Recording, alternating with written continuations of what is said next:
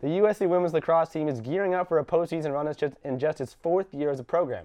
I'm now joined by the head coach who made it all happen, Lindsey Munday. Thanks for joining me, Coach. Thanks for having me. So you were handpicked 4 years ago to be the head coach of USC, and now just 4 years later, your team is a title contender. What was that process like for you? It's been a crazy journey, but I'm just so thankful to be here at USC. It starts with the university. I mean, it's easy to recruit kids here. It's easy, it's easy to get staff on board. But the biggest thing is we were just looking for players that would buy in, that would believe in, doing this in such a short time. We had a vision as a staff that we could be successful, that we could compete at the highest level, but we needed the players to buy in. And it's not easy in the early stages. There's going to be bumps in the road. It's going to be really hard, but, the payout is so much greater when it's hard in the beginning. And I think this year especially has been, just really, really special. We have such a great senior class that has been in it from day one, have gone through all of the ups and downs, and then, to see it end on senior day, the regular season the way it did. We're just so proud of the girls and really want to do everything we can to make, this postseason run really special.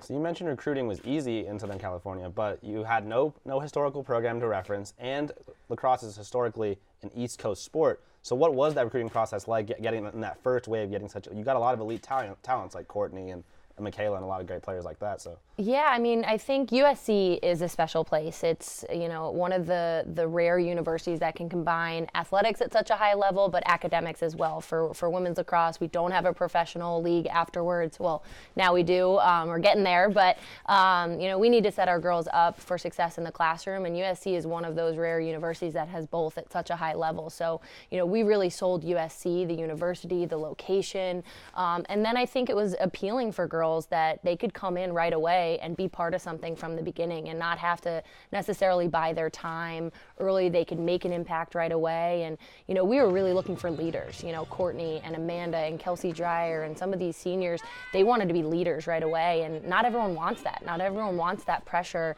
that it takes to kind of take a team on your back and to go through the growing pains. But these players did. They wanted that sort of challenge. And I think, they really took accountability of themselves to sort of lead one another and lead themselves. And so it's a special type of person that can do that, which is why the senior class is such a great group. So you obviously have such a close bond with them as you guys both started the program together. So how emotional was senior day for you on Sunday? Oh my gosh, I don't think I can talk about it anymore. I think I let all the emotions out over the weekend. I mean, it was really hard. It was something that I know Devin Wills and I had been sort of dreading for 4 years, just because it's been so special. There's been so much. It's been hard. It's been fun. It's been frustrating. I mean, it's been all of the range of emotions, but this group stuck it through, and they really bought in, and they've really done everything that we've asked of them, and they've grown up so much. So to see them, to remember the times when they were this, wide-eyed group of freshmen and, having no idea where the buildings were on campus and, what they could do or what they couldn't do, to now being leaders. And I mean, it's just been so special. So this weekend was tough, but honestly, it was something that I think none of us will really ever forget.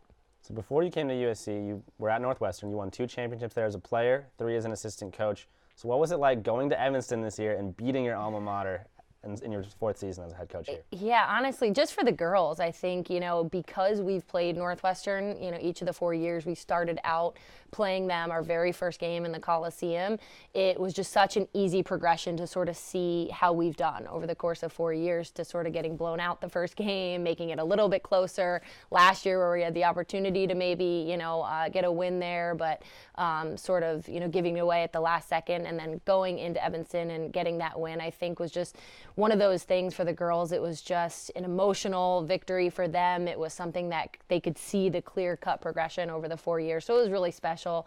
Obviously there's a comparison for me at Northwestern, just because I'm an alum, I've coached there. But for the girls, it's beating a top program, and that's something that they've, struggled with against Northwestern for now, 3 years. So for them, it was just so special to go in there and to finally get that win over them. So you definitely instilled in your team sort of a one-game-at-a-time mentality. Every player you ask, they're always telling you one game at a time. But what's the goal for the postseason, and how far do you think this team can go? Well, I think the postseason, it has to be one game at a time, or you're done. I think the second that you look beyond the game that you have, you get into trouble. So we really have, taken that as a focus for this entire season. It's easy for everyone else to talk about being undefeated or, 17 games and things like that. But postseason, now we have to go back to one game at a time. And we just have always been this season. We want to get better first and foremost from, our game before, and we need to go in as prepared as possible. We don't want to look forward, because if you look forward, you may not have that opportunity to play that next game. So we just have to kind of put our heads down, sort of stay in our bubble, not really listen to the outside factors too much, not read the articles, not listen to things, and just kind of stay in our own bubble and just do what we've been doing all season. Even though the sort of gravity of the games gets a little bit bigger, we don't want to change anything we've been doing from day one of this season. Well, good luck this weekend. That's all the time we have. Thank you so much for joining me. For what's happening with another championship team at USC. Let's toss it over to Rachel and Angel.